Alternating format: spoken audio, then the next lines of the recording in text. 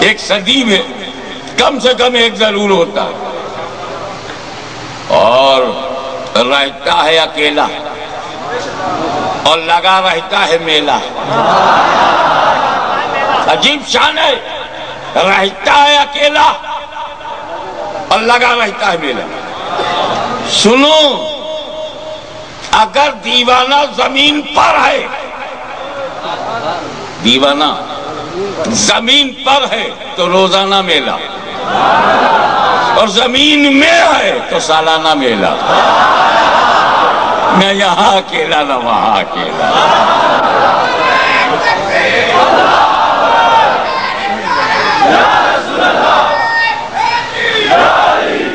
اسی لیے میں کہا کرتا ہوں کہ دیوانے کو تحقیر سے دیوانہ نہ کہنا، دیوانے کو تحقیر سے دیوانہ نہ کہنا۔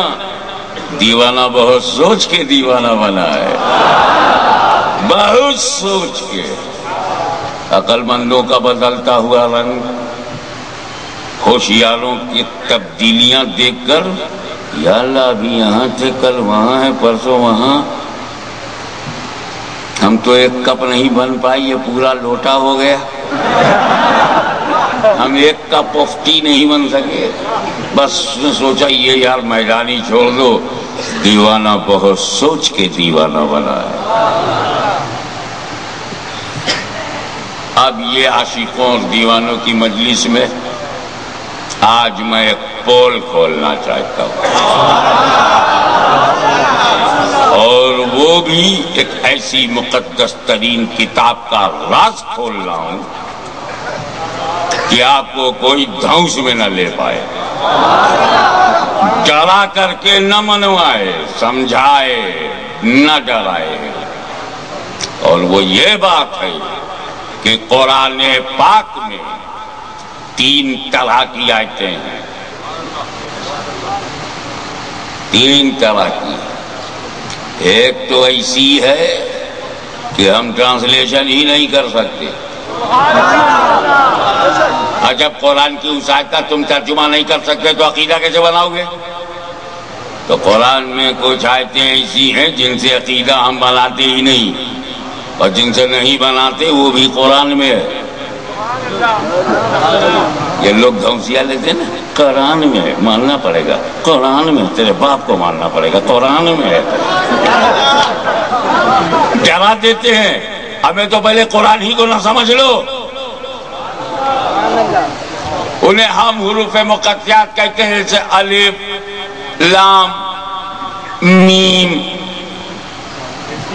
اس کا ترجمہ میں نہیں جانتا، اس کا ترجمہ مترجم نہیں جانتے، اس کا ترجمہ محدث اعظم نے نہیں کیا، اس کا ترجمہ پیر کرم شاہ صاحب نے نہیں کیا، اس کا ترجمہ اعلیٰ حضرت عظیم البرکت امام عشق و محبت مجدد دین و ملت انہوں نے بھی نہیں کیا، اس کا ترجمہ میرے والد گرامی نے بھی نہیں کیا، اس کا ترجمہ غزالی دولہ راضی وقت نے بھی نہیں کیا، اس کا ترجمہ مفتی عبدالعزیز احمد بزایونی نے بھی نہیں کیا، اس کا ترجمہ کسی عالم نے نہیں کیا، کیونکہ اس کا ترجمہ نہ عالم دین کو پتہ نہ محدثین کو۔ الف معنی تو ہے، لام کے بھی معنی تو ہے، میم کی بھی میننگ ہے، ہم نہیں جانتے، علماء دین نہیں جانتے، مجتہدین نہیں جانتے،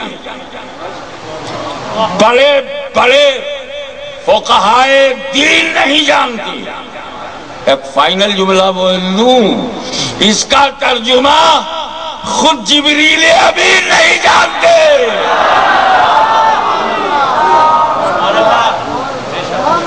اچھا کیا سچویشن رہی ہوگی جب جبریل لے کے چلے ہوں گے الف لام میم ذالک الکتاب لا ریب فیہ، تو ذالکہ سے تو جبریل کی سمجھ میں آ رہا ہے ذالک الکتاب کے بعد، مگر یہ نہیں سمجھ رہے کہ الف کیا ہے، لام کیا ہے۔ یہ بھی نہیں کہوں گا کہ چپ رہی ہے، دیکھتا ہوں کس کی بولتی بند ہوتی ہے۔ بس فاصلے پر رکھو بھائی۔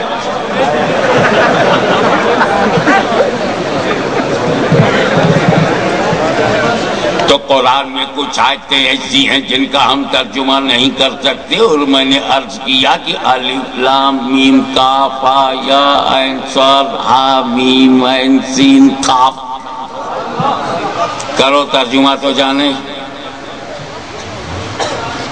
تو میں کہتے یہ بھی کہہ گیا کہ اس کا ترجمہ علماء دین، تو علماء دین خود جبریل امین نہیں جانتے۔ الف، یہی وجہ ہے کہ جب جبریل علیہ السلام بارگاہ رسالت میں لے کے آئے الف، حضور نے کہا میں سمجھ گیا۔ جبریل نے کہا لام، نبی نے کہا میں سمجھ گیا۔ پھر جبریل نے کہا میم، سرکار بولے میں سمجھ گیا۔ اور جب جبریل نے کہا ذالک الکتاب لا ریب فیہ، تب نبی نے نہیں کہا میں سمجھ گیا، تب نہیں کہا۔ سمجھو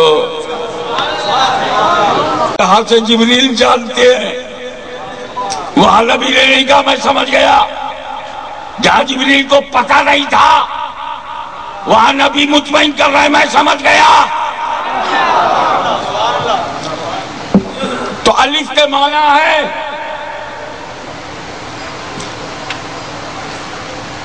لام کے بھی معنی ہے، میم کے بھی ہیں، مگر الف کا معنی الف میں، لام کا لام میں، میم کا میم میں چھپا، غیب، پردہ، حجاب۔ اب اتنی بھی سمجھ نہیں رہ گئی کہ جس نبی سے قرآن کا غیب نہ چھپا ہو، جہان کا غیب کیسے چھپے گا؟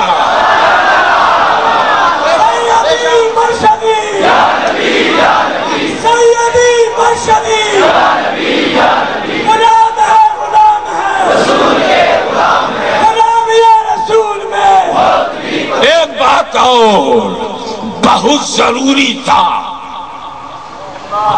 بہت ضروری تھا کہ قرآن میں کچھ ایسی آیتیں ہوں کہ بڑے سے بڑا مولوی ترجمہ نہ کر سکے اور خود وہ جبریل امین کو بھی پتہ نہ ہو کہ کیا مطلب ہے۔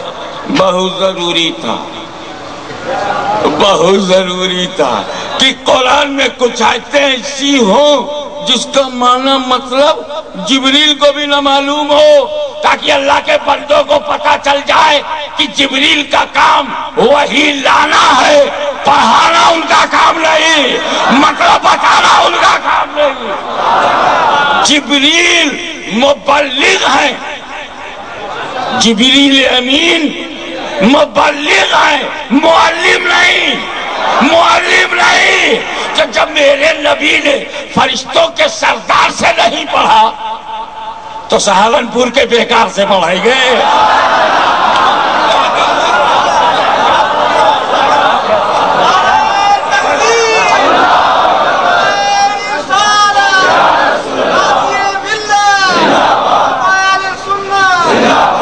علماء کرام اپنی اصطلاحی زبان میں اس قسم کی آیات کو اولاً مفردات قرار دیتے ہیں اور واضح طور پر اسے حروف مقطعات کہتے ہیں۔ لیکن ایک دوسری قسم کی آیت اور ہے۔ اب الف لام میم سے تو عقیدہ بننے والا نہیں، جب مطلب معلوم ہی نہیں تو کیا مطلب نکالے، منشا معلوم ہی نہیں ہے تو کیا عقیدہ بنائے۔ دوسری قسم کی آیت ایسی ہے، پہلے اس کی پہچان سمجھ لو۔ بات تو درس گاہ کی ہے، بات تو علماء سے کرنے کی ہے، لیکن میری ڈیوٹی ہے کہ وہ بات عوام سے کہو۔ تو تھوڑا سا میں اپنا لیول کم کروں، تم اپنا لیول اوپر کرو، تاکہ دوریاں نزدیکیاں بن جائیں اور معاملہ فہمی آسان ہو جائے۔